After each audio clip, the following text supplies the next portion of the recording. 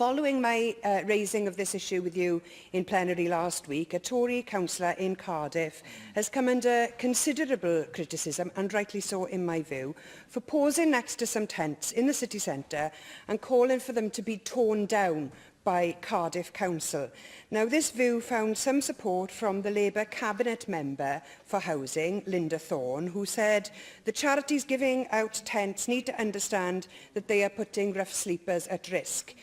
What Councillor Kellaway and Councillor Thorne fail to realise is that hostels, for various reasons, are not always suitable for everyone, and that these tents, especially in weather like this, can mean the difference between life or death when someone has nowhere else to turn. So I would urge you to condemn criticism of anyone who is giving out tents to homeless people, and I would be grateful if you could clarify Labour's position on this. And of course, compassionate conservatism is alive and well in Cardiff as well, because again, we think there's an entirely inappropriate response to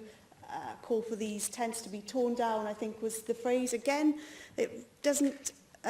reflect the fact that we are talking about human people who have had, in many cases, the most difficult lives imaginable, which have found them in that place. And